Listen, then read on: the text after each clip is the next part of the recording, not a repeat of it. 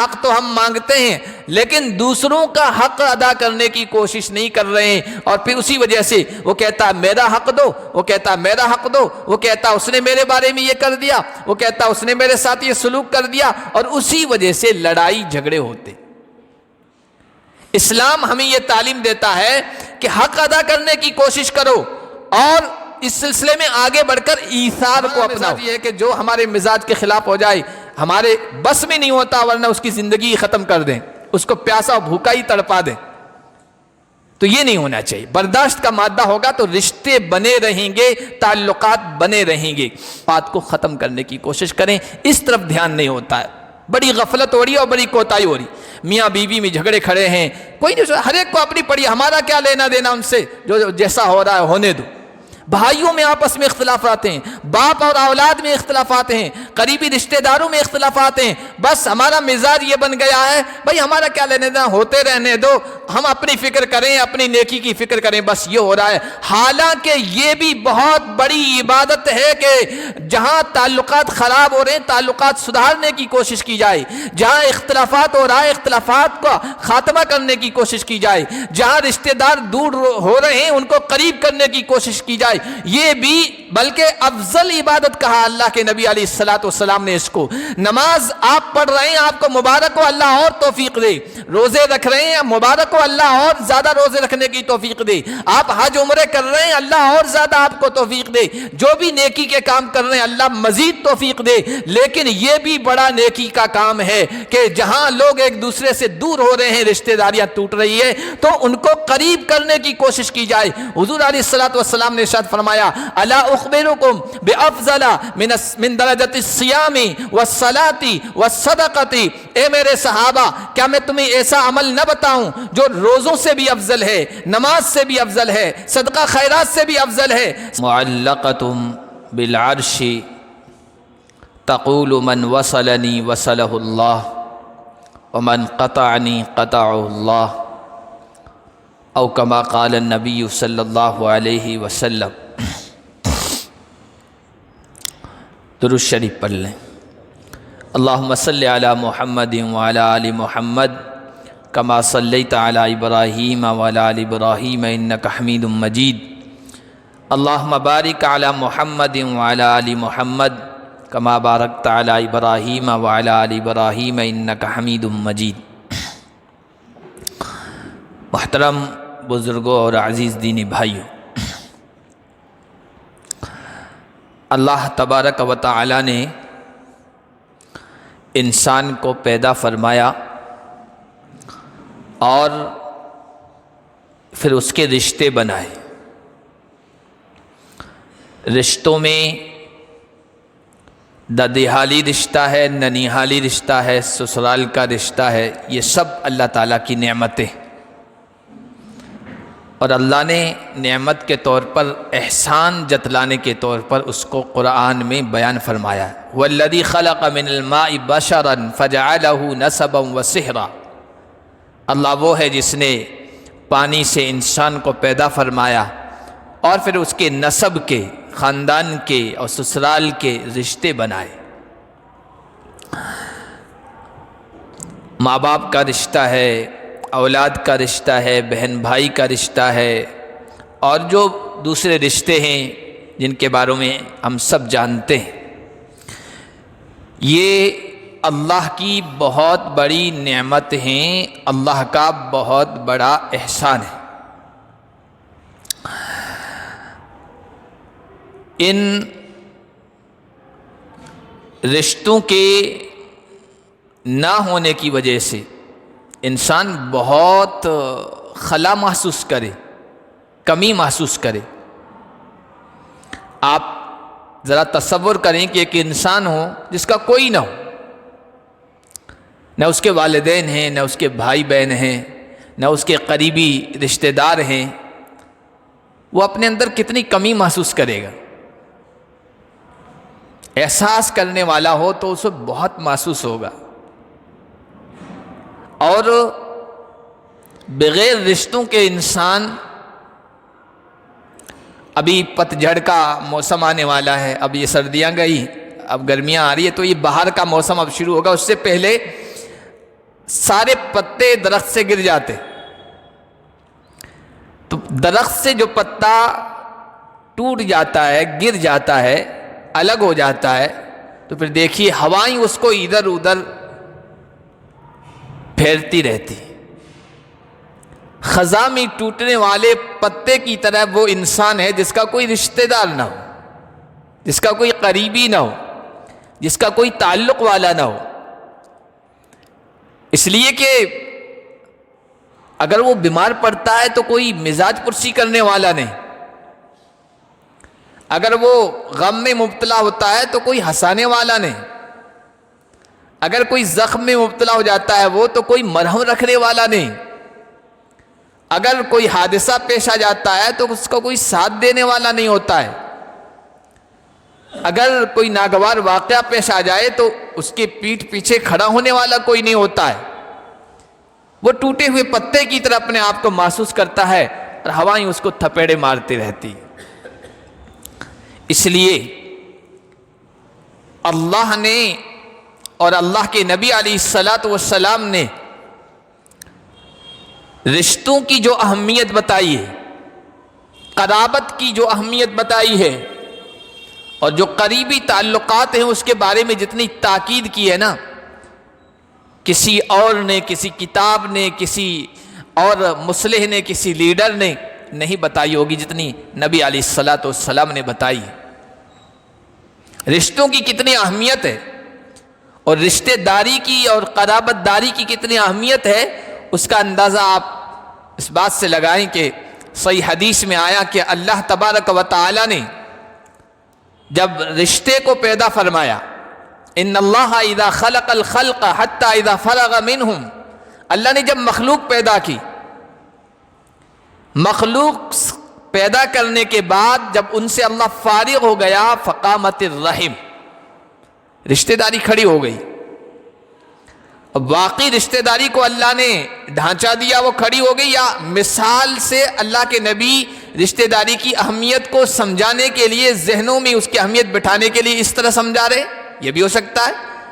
حضور علیہ الصلوۃ والسلام نے ارشاد فرمایا قامت الرحم، رشتہ داری کھڑی ہو گئی، اور کہا ھذا مقام العائذ بک من القطیعہ، اے میرے پیدا کرنے والے، میرے حقوق کو پامال کیا جائے گا، مجھے توڑا جائے گا، میرے ساتھ بدسلوکی کی جائے گی، میں تیری پناہ چاہتی ہوں۔ رشتہ داری نے اللہ سے یہ عرض کی، تو اللہ تبارک و تعالی نے کہا نام ہاں ایسا ہوگا، لیکن اما ترضین ان اصل من وصلکی وان اقطع من قطعکی، اے رشتہ داری کیا تو اس بات سے خوش نہیں ہے، اس بات پر راضی نہیں ہے کہ جو تجھے جوڑے گا میں اللہ اسے جوڑوں گا، اور جو تجھے کاٹے گا میں اللہ اسے کاٹ دوں گا، جو تیرے ساتھ اچھا سلوک کرے گا میں انسانوں کا پیدا کرنے والا اس کے ساتھ اچھا سلوک کروں گا، اور جو تیرے ساتھ بدسلوکی کرے گا تو میں بھی اس کے ساتھ اچھا سلوک نہیں کروں گا۔ اللہ نے جب یہ کہا تو رشتہ داری نے کہا اس پر میں راضی ہوں۔ اللہ نے فرمایا فذالک لک، یہ میری طرف سے تیرے لیے وعدہ ہے، جو تیرے ساتھ اچھا سلوک کرے گا میں اس کے ساتھ اچھا سلوک کروں گا۔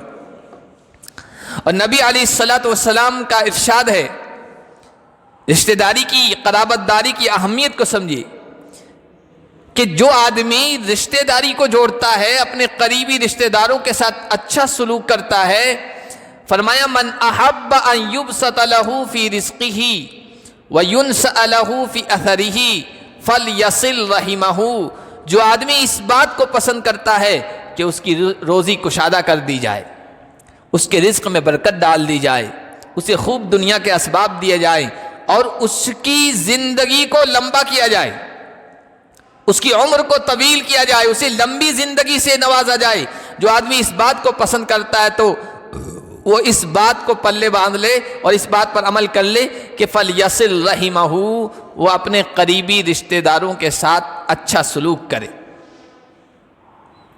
نیکی کے کام بہت سارے، نماز، روزہ، زکوٰۃ، حج، صدقہ خیرات، بے شمار وجوہ الخیر نیکی کے کام ہیں، لیکن اللہ کے نبی صلی اللہ علیہ وسلم نے ارشاد فرمایا اسرع الخیر ثوابا البر وصلۃ الرحم، اس دنیا میں سب سے زیادہ جلدی جس کا رزلٹ ملتا ہے اور اللہ کی طرف سے بدلہ ملتا ہے اور جس کا ثواب اسی دنیا میں اللہ دے دیتا ہے، اس کا صلہ دے دیتا ہے، وہ البر نیکی ہے، وصلۃ الرحم اور قرابت داری کا لحاظ کرنا ہے، رشتوں کا لحاظ کرنا ہے، قریبی رشتہ داروں کے ساتھ اچھا سلوک کرنا۔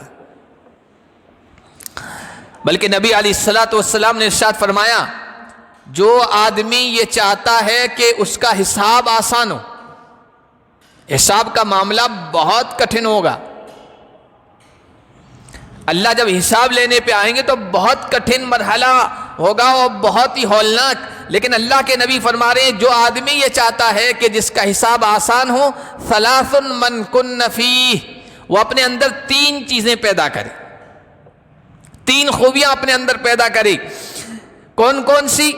حاسبہ اللہ حسابا یسیرا، 3 خوبیاں اپنے اندر پیدا کرے گا، اللہ اس کے ساتھ آسان حساب کا معاملہ کرے گا، وَأَدْخَلَهُ بِالْجَنَّةِ، اور اپنی جنت میں اسے داخلہ نصیب عطا کرے گا۔ وہ 3 چیزیں کون ہیں؟ فرمایا تُعْطِي مَنْ حَرَمَكَ، جو تجھے محروم کرے اسے بھی دے۔ آج ہمارا مزاج جو ہے نا، ہماری جو طبیعت ہے اور ہمارا جو انداز ہے وہ یہ ہے جو میرا تعاون کرے گا میں اس کا تعاون کروں گا، جو میرے ساتھ اچھا سلوک کرے گا میں اس کے ساتھ اچھا سلوک کروں گا، جو مجھے ہدیہ دے گا میں اسے ہدیہ دوں گا، جو مجھے تحفہ دے گا میں اسے تحفہ دوں گا۔ خوشی کے موقع پر ہم یہی کرتے ہیں، اس نے کتنا دیا تھا ہم انہیں اسے دے دیں گے، جس نے دیا تھا اسے دیں گے، بس یہی چل رہا ہے۔ نہیں دیا تھا بھائی، اس نے بھی نہیں دیا تھا ہم بھی نہیں دیں گے۔ لیکن اللہ کے نبی صلی اللہ علیہ وسلم نے ارشاد فرمایا تُعْطِي مَنْ حَرَمَكَ، جو تجھے محروم رکھے اسے بھی دو، اللہ حساب بھی آسان کرے گا، جنت میں داخلہ بھی دے گا۔ وَتَصِلُ مَنْ قَطَعَكَ، اور جو تجھے کاٹے، جو تجھے دور کرے، جو تجھ سے رشتہ توڑے اس سے تو رشتہ جوڑ۔ تَصِلُ مَنْ قَطَعَكَ وَتَعْفُو عَمَّنْ ظَلَمَكَ، اور جو تجھ پر زیادتی کرے، ظلم کرے، تیرے ساتھ ناروا سلوک کرے اسے بھی معاف کر دے۔ فَإِذَا فَعَلْتَ ذَلِكَ، ایسا کرو گے يُدْخِلُكَ اللَّهُ الْجَنَّةَ، اللہ تجھے اپنی جنت میں داخل کر دے گا۔ نبی علیہ الصلوۃ والسلام نے آئیڈیل اور نمونہ ہمارے سامنے رکھا۔ اللہ کے نبی صلی اللہ علیہ وسلم جوڑنے والے تھے، رشتوں کو جوڑنے والے تھے، لوگوں کے ساتھ اچھا سلوک کرنے والے تھے۔ آپ کی سیرت پڑھیے، آپ کی زندگی کا مطالعہ کیجئے، آپ کے اخلاق کو آپ پڑھیے تو پتہ چلے گا کہ جن لوگوں نے آپ کے ساتھ ناروا سلوک کیا آپ نے ان کے ساتھ اچھا سلوک کیا، جنہوں نے آپ کے ساتھ زیادتی کی آپ نے ان کے ساتھ اچھا صلہ والا معاملہ کیا، جنہوں نے آپ کی راہ میں کانٹے بچھائے آپ نے ان کو دعاؤں کے پھول عطا فرمائے، جنہوں نے آپ کی جان کے جو در پہ تھے آپ نے ان کی جانوں کی حفاظت کی، جنہوں نے آپ کو بھوکا رکھا آپ نے ان کے کھانے کا سامان کیا، جنہوں نے آپ کو پیاسے تڑپایا ان کی سیرابی کا انتظام اللہ کے نبی صلی اللہ علیہ وسلم نے کیا، اور جنہوں نے آپ کی رشتہ داری کو توڑا آپ نے ان کی رشتہ داری کو جوڑنے کی کوشش کی۔ نبی علیہ الصلوۃ والسلام جوڑنے والے تھے، رشتہ داری کا خیال رکھنے والے تھے، یہاں تک کہ جن رشتہ داروں نے مکہ میں جینا دوبر کر دیا تھا اور وہاں سے نکلنے پر مجبور کیا تھا اور مدینے میں بھی چین سے بیٹھنے نہیں دیا تھا، 8 سال تک بے چین کیے رکھا، لیکن وہی جب مکے میں آتے ہیں فاتح بن کے سب کو معاف کر دیتے ہیں۔ تعفو عمن ظلمک، جو ظلم کرے ناروا سے ان کو بھی معاف کر دو۔ نبی علیہ الصلوۃ والسلام کا یہ اسوہ تھا، یہ نمونہ تھا۔ وہ کہا ہے نا کسی نے کہ محبت کے یوں جس نے دریا بہائے، دل ان کا بھی جیتا جو سر لینے آئے، بندہ نوازی کے یہ جوہر دکھائے، خود کھائے جو اور جواہر لٹائے، خوشی اپنی غیروں کے غم میں بلا دی، دیا درد جس نے اسے بھی دعا دی۔ یہ اللہ کے نبی صلی اللہ علیہ وسلم کو اسوہ تھا۔ تو اللہ کے نبی صلی اللہ علیہ وسلم نے رشتہ داری کی اہمیت بتائی، اس کا ثواب بتایا، اس کا اجر بتایا۔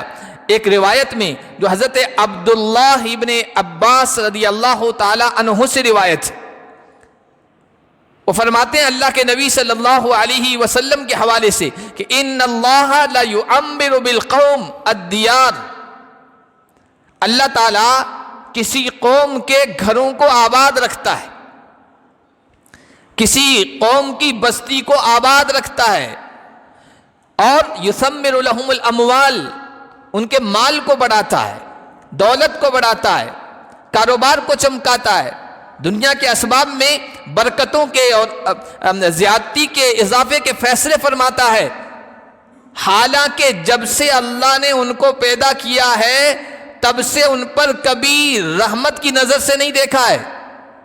وہ دوسرے ایسے گناہ کرتے ہیں، ایسے پاپ کرتے ہیں، ایسی نافرمانیاں کر رہے ہیں کہ اللہ ان سے بغض رکھ رہا ہے، ان کو پسند نہیں کر رہا ہے، لیکن پھر بھی ان کے مال میں بڑھوتری ہو رہی ہے اللہ کی طرف سے، ان کی عمر میں اضافہ ہو رہا ہے۔ کیا خوبی ہے ان میں؟ کَبِصِلَتِهِمْ أَرْحَامَهُمْ، ان کے اندر ایک خوبی ہے کہ وہ رشتہ داری کا خیال رکھتے ہیں۔ دوسرے گناہوں میں تو مبتلا ہیں، لیکن رشتہ داری کا خیال ہے، قرابت داری کا خیال ہے، تو اللہ کی طرف سے یہ نوازشیں ہو رہی۔ حضور علیہ السلام نے ایک حدیث میں ارشاد فرمایا من سرہ ان یمد لہ فی عمرہ ویوسع لہ فی رزقہ ویدفع عنہ میتۃ السوء، جو آدمی تین چیزیں چاہے، پہلی چیز جو لمبی عمر چاہے، ہر آدمی چاہتا ہے، موت سے ڈرتا کیوں ہے؟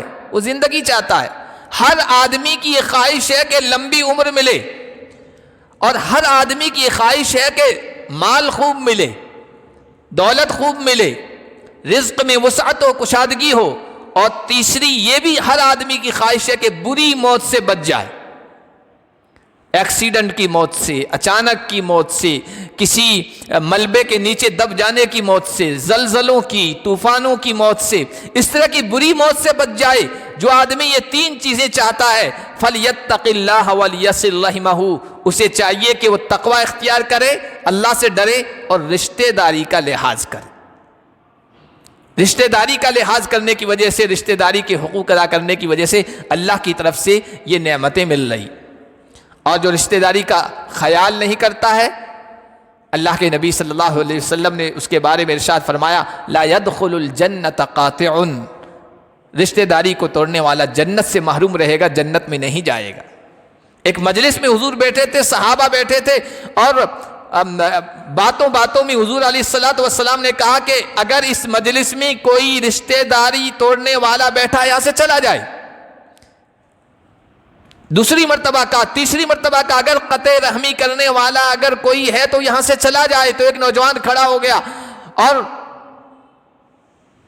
اللہ کے نبی صلی اللہ علیہ وسلم کے پاس کچھ دیر میں آیا، کہنے لگا کہ میری پھوپھی یا خالہ وہ مجھ سے ناراض تھی، میں اس کو راضی کر کے آیا ہوں۔ حضور علیہ السلام نے فرمایا اسی لیے میں نے کہا کہ جس مجلس میں قطع رحمی کرنے والا، رشتہ داری کو توڑنے والا ہوتا ہے، اس میں اللہ کی رحمت نہیں ہوتی ہے، اللہ کی طرف سے رحمتوں کے فیصلے نہیں ہوتے۔ اس لیے ہمیں اس بات کا خیال رکھنا چاہیے کہ اللہ تعالیٰ نے جو ہمیں رشتے عطا فرمائے ہیں، یہ رشتے بہت قیمتی ہیں، یہ اللہ کا بڑا احسان ہے۔ اللہ نے احسان کے طور پر اس کو بیان فرمایا ہے، ان رشتوں کا خیال رکھیں، ان رشتوں کا خیال رکھیں، رشتوں کو جوڑنے کی کوشش کریں، اور ان اسباب سے بچیں، ان چیزوں سے بچیں جو رشتوں کو توڑنے کا سبب بنتی ہے۔ وہ اسباب کیا ہیں؟ وہ چیزیں کیا ہیں؟ سب سے پہلی جو چیز ہے وہ یہ ہے کہ ہمارے معاشرے اور سماج میں اور جہاں کہیں بھی انسان رہتے ہیں، ہمارا مزاج یہ بن گیا ہے کہ حقوق کی ادائیگی میں کوتاہی، حق ادا نہیں کرتے، جس کا جو حق ہے وہ نہیں دیتے، اور اپنا حق مانگتے ہیں، دوسرے کا جو حق ہے اس حق کو ادا کرنے کی کوشش نہیں کرتے، اس میں کوتاہی کرتے ہیں، اس میں غفلت برتتے ہیں۔ باپ کا جو حق ہے، باپ یہ چاہ رہا ہے کہ بیٹے وہ حق ادا کریں، لیکن بیٹوں کا جو ہے کیا حق ہے اس کے بارے میں اسے پتا نہیں ہے کہ ان کا کیا حق ہے اور ان کے سلسلے میں مجھے کیا کرنا چاہیے، اور ان حقوق کو ادا کرنے میں کوتاہی ہو رہی۔ یا بیٹوں کے جو حقوق ہے، بیٹے یہ چاہ رہے باپ ہمارے سارے حق ادا کرے، لیکن باپ کے حق کی ادائیگی میں کوتاہی ہو رہی۔ یہی معاملہ بھائیوں کا آپس میں ہے، یہی معاملہ بہن بھائیوں کا آپس میں ہے، یہی معاملہ جو دوسرے قریب کے رشتہ دار ہیں، چچا ہیں، پھوپھی ہیں، خالہ ہیں، ماموں ہیں، اور قریب کے جو رشتہ دار ددیحالی اور ننیحالی یا سسرالی جو رشتہ دار ہیں، سب کے معاملے میں انسانوں کا مزاج یہ بن گیا ہے، اپنا حق تو ہم مانگتے ہیں لیکن دوسروں کا حق ادا کرنے کی کوشش نہیں کر رہے ہیں، اور پھر اسی وجہ سے وہ کہتا میرا حق دو، وہ کہتا میرا حق دو، وہ کہتا اس نے میرے بارے میں یہ کر دیا، وہ کہتا اس نے میرے ساتھ یہ سلوک کر دیا، اور اسی وجہ سے لڑائی جھگڑے ہوتے۔ اسلام ہمیں یہ تعلیم دیتا ہے کہ حق ادا کرنے کی کوشش کرو اور اس سلسلے میں آگے بڑھ کر ایثار کو اپناؤ۔ ایثار، قرآن میں حدیث میں ایثار کا لفظ آیا۔ ایثار کیا ہے؟ ایثار کے یوں معنی کرے تو قربانی، اپنا حق معاف کر دو، اس کا حق ادا کرنے کی کوشش کرو، اپنے حق کو بھول جاؤ، اپنے حق میں اگر کوئی کوتاہی کر رہا ہے نظر انداز کرو، اگنور کرو، سامنے والے کا حق ادا کرنے کی کوشش کرو، اس کو ترجیح دو، اپنے کو پیچھے رکھ دو، اپنے کو محروم کر دو، یہ ہے ایثار۔ یہ چیز جہاں ہوتی ہے وہاں لڑائی جھگڑے نہیں ہوتے، اور یہ چیز جہاں نہیں ہے وہاں لڑائی جھگڑے تنازعات اختلافات کھڑے ہو جاتے ہیں۔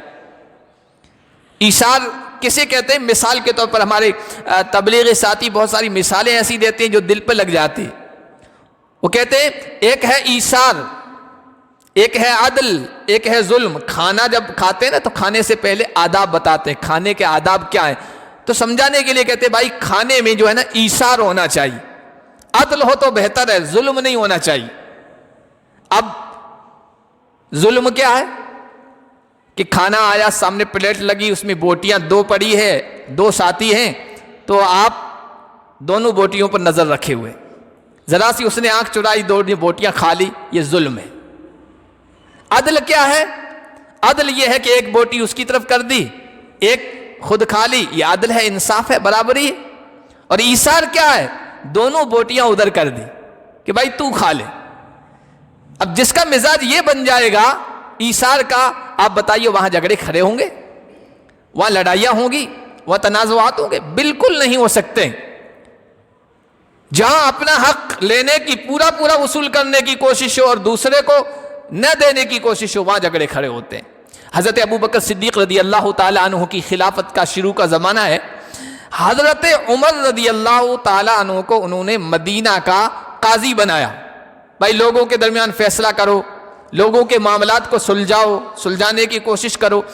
تو کچھ عرصہ گزرا، ان کے پاس کوئی معاملہ نہیں آیا، حضرت عمر رضی اللہ تعالیٰ عنہ کے پاس کوئی جھگڑا، کوئی تنازع، کوئی اختلاف، کوئی آپس کی لڑائی کہ جس کو سلجھانے کی کوشش کریں، کوئی معاملہ نہیں آیا۔ تو حضرت عمر رضی اللہ تعالیٰ عنہ حضرت ابوبکر صدیق رضی اللہ تعالیٰ عنہ کے پاس گئے اور کہا کہ امیر المؤمنین مجھے اس عہدے سے برخاست کر دیجئے، میں اپنا استعفیٰ پیش کر دیتا ہوں، میں چھوڑ دیتا ہوں یہ عہدہ۔ تو حضرت ابوبکر صدیق رضی اللہ تعالیٰ نے کہا امم مشقہ، بھائی لوگوں کے درمیان فیصلہ کرنا، لوگوں کے معاملات کو حل کرنا یہ بہت مشکل کام ہے۔ اصلاح کا جو کام ہے نا، سماج سدھار کا، ذرا قدم میدان میں رکھ کے دیکھیے، پھر دیکھیے کتنا مشکل کام ہے، بہت مشکل کام ہے۔ یہ نبیوں کا دل گردہ تھا کہ وہ مسلسل پوری زندگی لگے رہے، ورنہ سماج سدھار کرنے والے کھڑے ہوتے ہیں 2-3 مہینے، 4 مہینے، 5 مہینے، 1 سال، اور اس کے بعد پھر وہی ڈگر واپس پرانی وہی۔ کیوں؟ بہت مشکل کام۔ کہا کہ مشقت اور پریشانی کی وجہ سے تم یہ عہدہ چھوڑ رہے ہو؟ کہا کہ نہیں امیر المومنین، مشقت اور پریشانی کی وجہ سے نہیں، بلکہ یہ تو اچھی چیز ہے لوگوں کے درمیان صلح کرانا اور اختلافات کو ختم کرنا۔ دراصل بات یہ ہے کہ اس عہدے کی ضرورت ہی نہیں ہے۔ لا حاجت لی عند قوم مؤمنین، اس عہدے کی مجھے ضرورت ہی نہیں ہے، اس عہدے کی مومن قوم کے ہاں ضرورت ہی نہیں ہے۔ کیسے مومن لوگ؟ عرف کل منہم ما لہ من حق، جن ایمان والوں میں سے ہر ایک کو یہ پتا ہے کہ اس کا کیا حق ہے۔ فلم یطلب اکثر منہ، اپنے حق سے زیادہ وہ مانگتا نہیں ہے۔ وما علیہ من واجب، دوسروں کے ذمے، دوسروں کا اس پر کیا حق ہے، اس کا خود کا کیا حق ہے، وہ جانتا ہے، پہچانتا ہے، اس سے زیادہ نہیں مانگتا ہے. دوسروں کا اس پر کیا حق ہے اس کو وہ پہچانتا ہے. فلم یقصر فی ادائی، دوسروں کے حقوق کی ادائیگی میں کوتاہی نہیں کرتا ہے. احب کل منہم لاخیہ ما یحب لنفسہ. اس مدنی معاشرے کی یہ بات ہے کہ اس معاشرے اور سماج کا ہر فرد اپنے بھائی کے لیے وہی پسند کر رہا ہے جو اپنے لیے پسند کر رہا ہے. اذا غاب احدہم تفقدوہ. اس معاشرے کا کوئی آدمی جب غائب ہو جاتا ہے، نظر نہیں آتا ہے، سب اس کے بارے میں پوچھتے ہیں بھائی کیوں نہیں نظر آ رہا ہے، اس کو کیا ہو گیا ہے، اس کی خیر خیریت پوچھتے ہیں. وَإِذَا مَرِضَ عَادُوهُ. اور جب کوئی بیمار پڑ جاتا ہے سب اس کی مزاج پرسی کرنے جاتے ہیں، اس کا خیال رکھتے ہیں. وَإِذَا افْتَقَرَ أَعَانُوهُ. جب فقیر ہو جاتا ہے تو اس کی مدد کرتے ہیں. وَإِذَا احْتَاجَ سَاعَدُوهُ. اور جب ضرورت مند ہو جاتا ہے سب اس کے پیچھے کھڑے ہوتے ہیں، اس کی مدد تعاون کرتے ہیں. وَإِذَا أُصِيبَ عَزُّوهُ وَوَاسَوْا. اور جب کوئی اسے حادثہ پیش آ جاتا ہے، کوئی مصیبت لاحق ہو جاتی ہے، سب اس کی تعزیت کرتے ہیں، اسے دلاسا دیتے ہیں، اس کی ہمت بڑھاتے ہیں.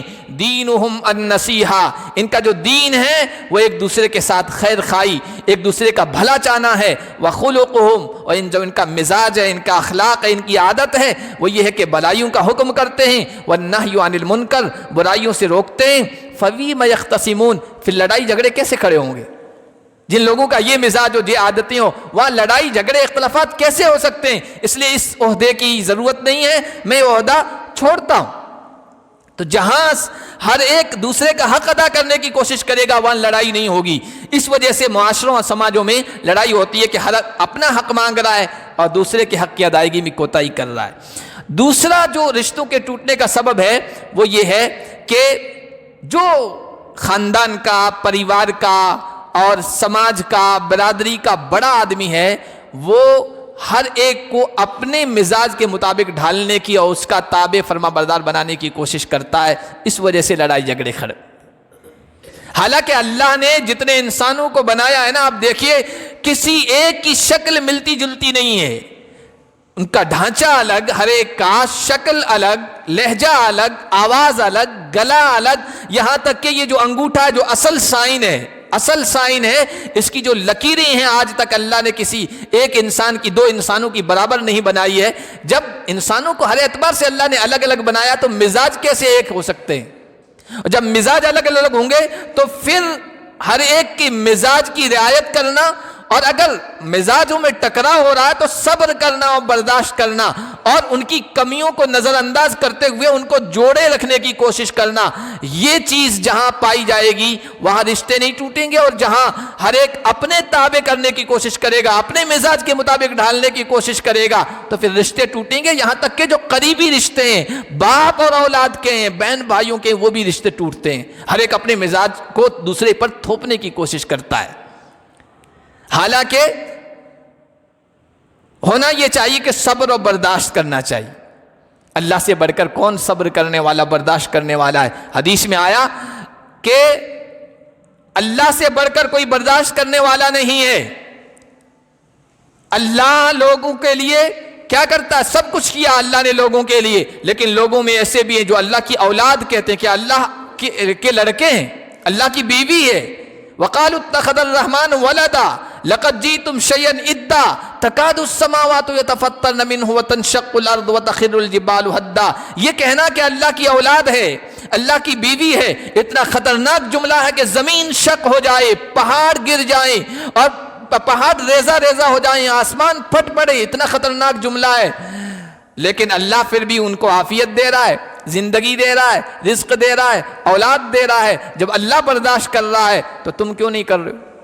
ہمارا مزاج یہ ہے کہ جو ہمارے مزاج کے خلاف ہو جائے ہمارے بس میں نہیں ہوتا، ورنہ اس کی زندگی ختم کر دیں، اس کو پیاسا بھوکا ہی تڑپا دیں. تو یہ نہیں ہونا چاہیے. برداشت کا مادہ ہوگا تو رشتے بنے رہیں گے، تعلقات بنے رہیں گے. اور اس کے علاوہ رشتے ٹوٹنے کا جو سبب ہے وہ ہے زبان کا غلط استعمال.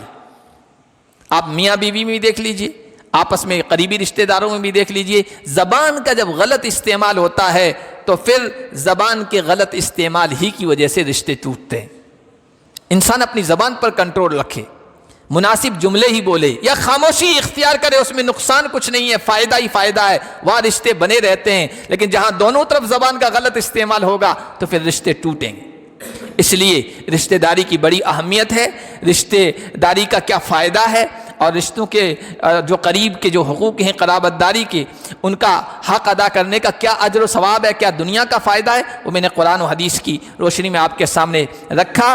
اس کے ساتھ ساتھ یہ بھی بات یاد رکھیں کہ دیکھو انسان مزاج الگ الگ ہے، اختلافات ہوتے رہتے ہیں، کوشش ہر سماج میں، خاندان میں، برادری میں یہ ہونی چاہیے، کچھ افراد ایسے ضرور ہونے چاہیے جو مسلسل اصلاح کی کوشش کریں، اختلافات کو ختم کرنے کی کوشش کریں۔ اس طرف دھیان نہیں ہوتا ہے، بڑی غفلت ہو رہی ہے اور بڑی کوتاہی ہو رہی ہے۔ میاں بیوی میں جھگڑے کھڑے ہیں، کوئی نہیں، ہر ایک کو اپنی پڑی، ہمارا کیا لینا دینا ان سے، جو جیسا ہو رہا ہے ہونے دو۔ بھائیوں میں آپس میں اختلافات ہیں، باپ اور اولاد میں اختلافات ہیں، قریبی رشتہ داروں میں اختلافات ہیں، بس ہمارا مزاج یہ بن گیا ہے بھائی ہمارا کیا لینے دینا، ہوتے رہنے دو، ہم اپنی فکر کریں، اپنی نیکی کی فکر کریں، بس یہ ہو رہا ہے۔ حالانکہ یہ بھی بہت بڑی عبادت ہے کہ جہاں تعلقات خراب ہو رہے ہیں تعلقات سدھارنے کی کوشش کی جائے، جہاں اختلافات ہو رہا ہے اختلافات کا خاتمہ کرنے کی کوشش کی جائے، جہاں رشتہ دار دور ہو رہے ہیں ان کو قریب کرنے کی کوشش کی جائے، یہ بھی بلکہ افضل عبادت کہا اللہ کے نبی علیہ الصلوۃ والسلام نے اس کو۔ نماز آپ پڑھ رہے ہیں، آپ کو مبارک ہو، اللہ اور توفیق دے۔ روزے رکھ رہے ہیں، مبارک ہو، اللہ اور زیادہ روزے رکھنے کی توفیق دے۔ آپ حج عمرے کر رہے ہیں، اللہ اور زیادہ آپ کو توفیق دے۔ جو بھی نیکی کے کام کر رہے ہیں اللہ مزید توفیق دے۔ لیکن یہ بھی بڑا نیکی کا کام ہے کہ جہاں لوگ ایک دوسرے سے دور ہو رہے ہیں، رشتہ داریاں ٹوٹ رہی ہے، تو ان کو قریب کرنے کی کوشش کی جائے۔ حضور علیہ الصلوۃ والسلام نے ارشاد فرمایا الا اخبرکم بافضل من درجۃ الصیام والصلاۃ والصدقۃ، اے میرے صحابہ کیا میں تمہیں ایسا عمل نہ بتاؤں جو روزوں سے بھی افضل ہے، نماز سے بھی افضل ہے، صدقہ خیرات سے بھی افضل ہے۔ صحابہ تو نیکی کے حریص تھے، وہ تو نیکی کے خواہش مند تھے، وہ اللہ کی رضا کے طالب تھے، نیکی کے کام میں آگے بڑھنے والے تھے۔ کہا یا رسول اللہ ضرور بتائیے۔ حضور علیہ الصلوۃ والسلام نے ارشاد فرمایا دیکھو نماز، روزے اور ان ساری عبادات سے افضل اصلاح ذات البین، آپس کے تعلقات کو درست کرنے کی کوشش کرو، آپس کے تعلقات کو جوڑنے کی کوشش کرو، اختلافات کو ختم کرنے کی کوشش کرو۔ دیکھو اس سے تعلقات درست ہوں گے نا تو جتنے نیکی کے کام کر رہے ہو بچے رہیں گے، ثواب باقی رہے گا، اور جہاں تعلقات خراب ہوں گے پھر وہاں چغلیاں ہوگی، وہاں غیبت ہوگی، وہاں بہتان ہوگا، وہاں الزام تراشی ہوگی، وہاں ایک دوسرے کی برائیاں بیان کی جائے گی۔ حضور علیہ الصلوۃ والسلام نے ارشاد فرمایا وفساد ذات البین ہی الحالقہ، آپس کے تعلقات کی خرابی یہ حلق کر دینے والی ہے، حلق کر دینے والی ہے۔ جو بھی نیکیاں آپ کر رہے ہیں جس طرح استرا بالوں کو صاف کر دیتا ہے، ساری نیکیوں کو یہ چیزیں ختم کر دیتی ہیں۔ نبی علیہ الصلوۃ والسلام نے ارشاد فرمایا کہ افضل الصدقہ اصلاح ذات البین، سب سے افضل صدقہ لوگوں کے تعلقات خراب ہو رہے ہیں ان کے تعلقات کو درست کرنے کی کوشش کریں، یہاں تک کہ جھوٹ۔ حضور نے فرمایا مومن سب کچھ ہو سکتا ہے، جھوٹا نہیں ہو سکتا ہے۔ کوئی آدمی جھوٹ بولتا ہے فرشتہ 1 میل دور چلا جاتا ہے، اتنی بری عادت ہے جھوٹ بولنا، اور اس کی بڑی مذمت اسلام میں آئی ہے۔ لیکن دو لوگوں کے درمیان چاہے میاں بیوی ہو، بھائی بہن ہو، باپ اولاد ہو، دوسرے قریبی رشتہ دار ہو، دوست ہو، ان کے درمیان صلح کرانے کی کوشش کرنے والا اگر جھوٹ بھی بول دے وہ جھوٹ شمار نہیں ہوگا۔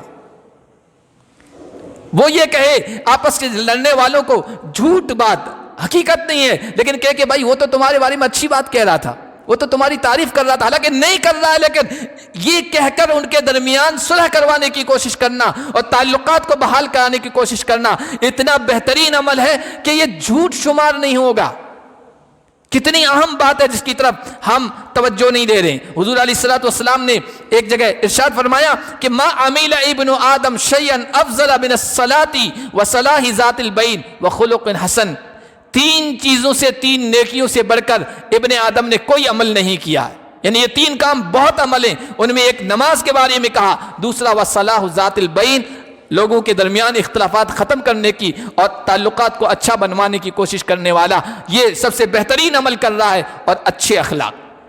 یاد رکھیے مسلم شریف کی روایت ہے شیطان کو سب سے زیادہ جو خوشی ہوتی ہے نا، سب سے زیادہ جو خوشی ہوتی ہے وہ تعلقات کے بگاڑ پر، میاں بیوی کے تعلقات اور قریبی رشتہ داروں کے تعلقات کے بگاڑ پر سب سے زیادہ خوشی ہوتی ہے۔ شیطان اپنا عرش بچھاتا ہے شام کو، اور جو اس نے شتونگڑے بھیجے تھے سب گمراہی پھیلانے کے لیے، وہ سب آ کے کارگزاری بتاتے ہیں، رودات سناتے ہیں۔ ایک کہتا ہے میں فلاں کے پیچھے پڑا رہا اور اس کو اتنا غافل کر دیا کہ وہ نماز سے غافل ہو گیا، کھیل میں تماشے میں لگ گیا، نماز چھوڑ دی اس نے۔ شیطان خوش ہوتا ہے کہ بہت اچھا کام کیا تو نے۔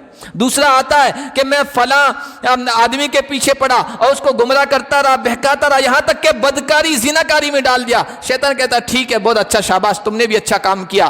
تیسرا آتا ہے، وہ کہتا ہے میں فلاں دو آدمیوں کے درمیان آپس کے آگ لگاتا رہا اور ان کے پیچھے پڑا رہا، ان کے بیچ میں پڑا رہا، یہاں تک کہ ان دونوں کے تعلقات کو میں نے خراب کر دیا، ان کے درمیان تنازع اور جھگڑا پیدا کر دیا، اختلاف پیدا کر دیا۔ شیطان اپنے عرش سے کھڑا ہوتا ہے، اس کو سینے سے لگاتا ہے، شاباش، تم نے اصلی کام کیا ہے۔ اندازہ لگائیے کہ آپس کے تعلقات کی بہتری کتنی اچھی چیز ہے اور تعلقات کی خرابی کتنی خراب چیز ہے، کہ شیطان کو سب سے زیادہ اسی سے خوشی ہوتی ہے، کیونکہ پھر سارے آگے جو بگاڑ پیدا ہوتے ہیں وہ اسی سے پیدا ہوتے ہیں۔ اللہ پاک ہم سب کو رشتہ داری اور قرابت داری اور قریبی لوگوں کے حقوق ادا کرنے کی توفیق عطا فرمائے۔ سبحان اللہ۔